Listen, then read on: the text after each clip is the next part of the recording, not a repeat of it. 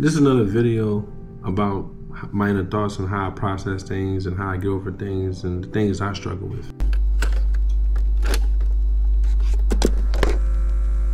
You know, human beings have mood swings. Like you go home and you're not happy with things, or you're mad at something or you're happy. That's a mood swing. It's okay to be human. I make these type of videos on my channel because I feel like I tell people these things and I be having these conversations, but I feel like I'm not heard. So this is my way of personally talking to myself and sharing my personal thoughts on what's going on with me, and hopefully somebody like you relates to it. Why do I care so much? Like long after the situation is over, after we went our separate ways, why I feel like I'm the only one holding on to what could have been. Why can't I let go after I didn't prayed and I didn't did the work that I felt I did, and it still hasn't subsided? Why does the other person seem like they went on with their lives and enjoying their lives and they never affect them? These questions that I keep asking myself over and over after situations are over is also the same reason why they're still alive in my mind. If I let it go and move on, really dig into my purpose, or just a lot of times I think when people say when you're trying to find your purpose, it's really just trying to find yourself. And how you find yourself is really asking questions, uncomfortable questions at that, on what it means to be you at this very moment. And it could be an uncomfortable situation, especially if you don't like what you see in the mirror or what you have displayed over years of being yourself. Luckily, you can change yourself. But I always find myself asking questions after situationships, relationships, friendships. Why does it feel like I'm the only one dealing with it?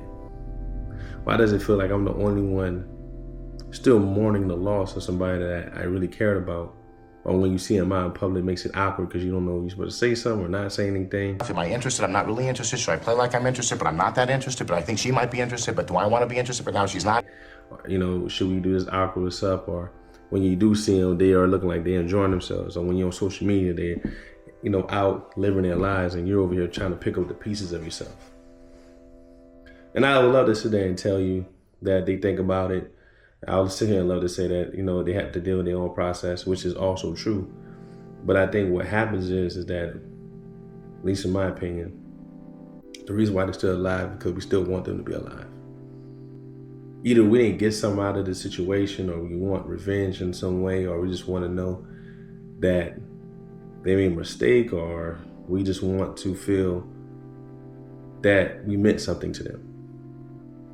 And all the times you'll never really get the answer to that. Sometimes you do, sometimes you don't. But I believe if you was with somebody and you was good to them and they did you wrong or whatever the case may be, you made an impact.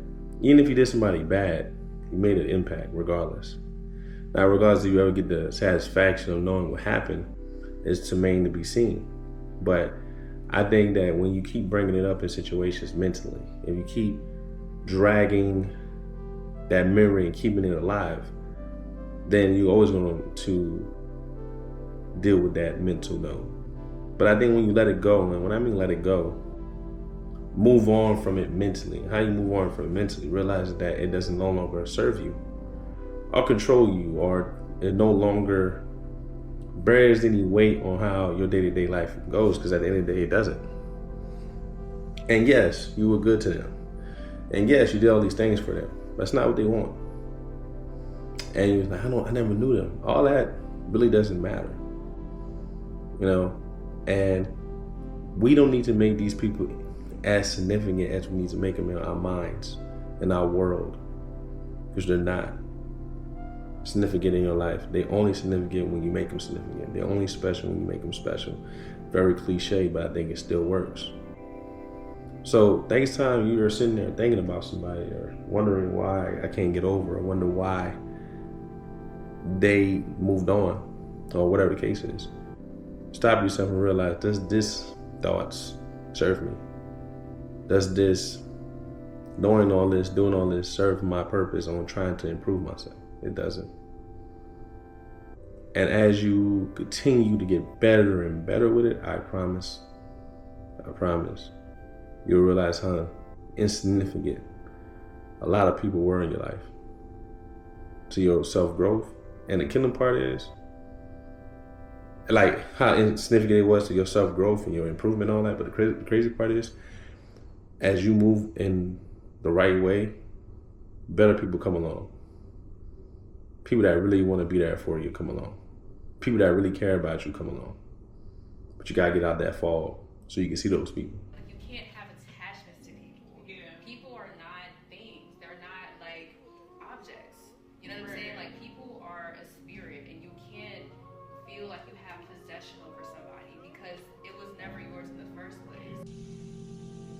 I was thinking about something, and I could be ignorant in my statement, so I don't mind being educated. But I remember hearing something where I hear people say this a lot, where two people will break up, right? And one person, or maybe both, will be like, I'm always going to love this person, right? I'm always going to admire them from afar, right? And even some people go as far as saying that this person came back, I'll go back to them in a heartbeat. And so it begs the question of why y'all broke up in the first place, right? And there's so much love there, so much compassion there. Why break up in the first place? And I understand circumstances, way things have been going, whatever. And I feel like when we get into those pockets where we say, regardless what happened, I'm going to always love this person, I feel like sometimes it stunts our growth as a person. And what I mean by that is that I feel like as you evolve, you become a different person. You like different things. You like different things in people, right?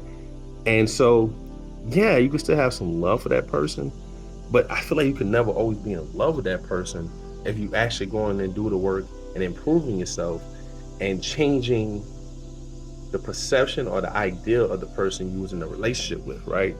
And I'm not saying that, like I said, circumstances could be different, but I just don't like the rhetoric around the idea of I'm always going to love this person regardless if we're in a relationship or not, because it's like then you never, it's almost like nobody's going to ever top that one person, and you're never going to really see people for how they are, or some people that can, or a person that can come into your life and top that person, but you'll never notice because you already have it instilled in your mind that this person is going to do the best that I can ever do, you know, and y'all not even together.